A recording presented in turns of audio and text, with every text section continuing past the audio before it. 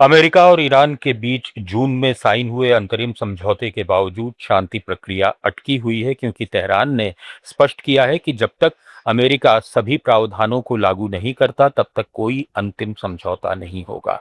Iran के शीर्ष वार्ताकार Mohammad बागेर Ghalibaf ने कहा कि बातचीत तभी आगे बढ़ेगी जब वॉशिंगटन तेल प्रतिबंध हटाए, फ्रोजन फंड्स जारी करे और लेबनान में दुश्मनी समाप्त करे। कतर में अमेरिकी दूत जेरेड कुशनर और स्टीव विटकॉफ मध्यस्थों से मिले हैं, लेकिन उच्च स्तरीय सीधी बातचीत नहीं हो रही। केवल तकनीकी स्तर की चर्चाएं चल रही हैं, जिनमें न्यूक्लियर मुद्दा, फाइनेंसिंग और फ्रोजन एसेट्स शामिल हैं। ईरान ने स्ट्रेट ऑफ होर्मुज को अपनी सबसे बड़ी शक्ति बताया और कहा कि नेविगेशन सुरक्षा उसकी जिम्मेदारी है।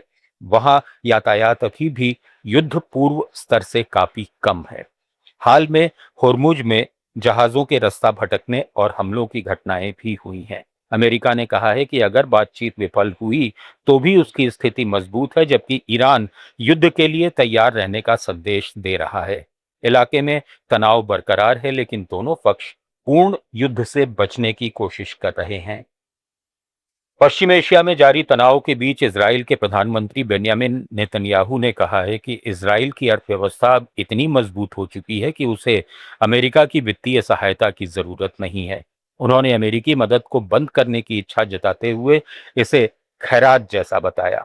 सुरक्षा मुद्दों पर सख्त रुख अपनाते हुए उन्होंने कहा कि जब तक हिजबुल्ला से खतरा पूरी तरह खत्म नहीं हो जाता, इजरायली सेना दक्षिणी लेबनान से पीछे नहीं हटेगी।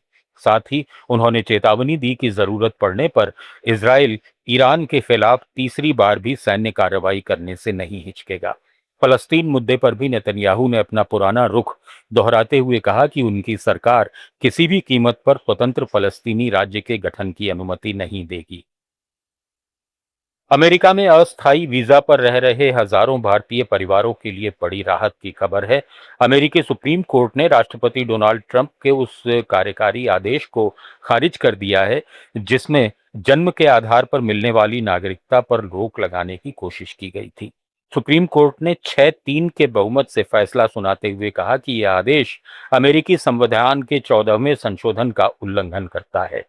इसके साथ ही कोर्ट ने स्पष्ट किया कि अमेरिका में जन्म लेने वाले बच्चों को नागरिकता मिलती रहेगी, चाहे उनके माता पिता H-1B, L-1 स्टूडेंट वीजा या किसी अन्य अस्थायी वीजा पर ही क्यों न रह रहे हों। ये फैसला खास तौर पर भारतीय पेशेवरों के लिए अहम माना जा रहा है, क्योंकि बड़ी संख्या में भारतीय लंबे समय तक ग्रीन कार्ड का इंतजार करते हुए अस्थायी वीजा पर अमेरिका में रहते हैं। भारतीय मूल के 4 अमेरिकी नागरिकों को साल 2026 के लिए कार्नेगी कॉरपोरेशन ऑफ न्यूयॉर्क की प्रतिष्ठित ग्रेट इमिग्रेंट्स ग्रेट अमेरिकन्स सूची में शामिल किया गया है। इस सम्मान से साइबर सुरक्षा कंपनी के प्रमुख Nikesh Arora, Harvard professor Mahzarin Banaji, Harvard medical school के प्रोफेसर डॉक्टर संजीव चोपड़ा और वर्टेक्स फार्मास्यूटिकल्स की सीईओ रेशमा केवल रामानी को नवाजा जाएगा। इस वर्ष 21 देशों से आए 25 अमेरिकी नागरिकों को यह सम्मान दिया गया है। यह अभियान अमेरिका के विकास में अप्रवासियों के योगदान को सम्मानित करने के लिए हर साल होता है।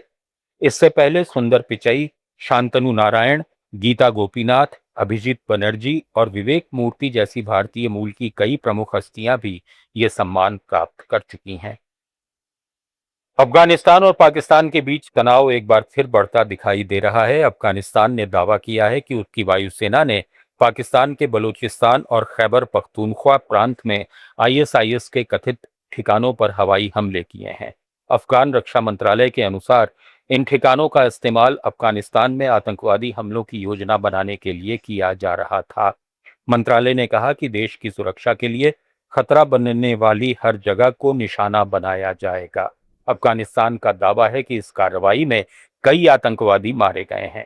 काबुल का कहना है कि ये कार्रवाई हाल में पाकिस्तान की ओर से किए गए सीमा पार हवाई हमलों के जवाब में की गई है, जिनमें संयुक्त राष्ट्र के अनुसार कई आम नागरिकों की मौत हुई थी। ग्लोबल न्यूज में फिलहाल इतना ही। जुड़े रहिए लेट्स माइक के साथ।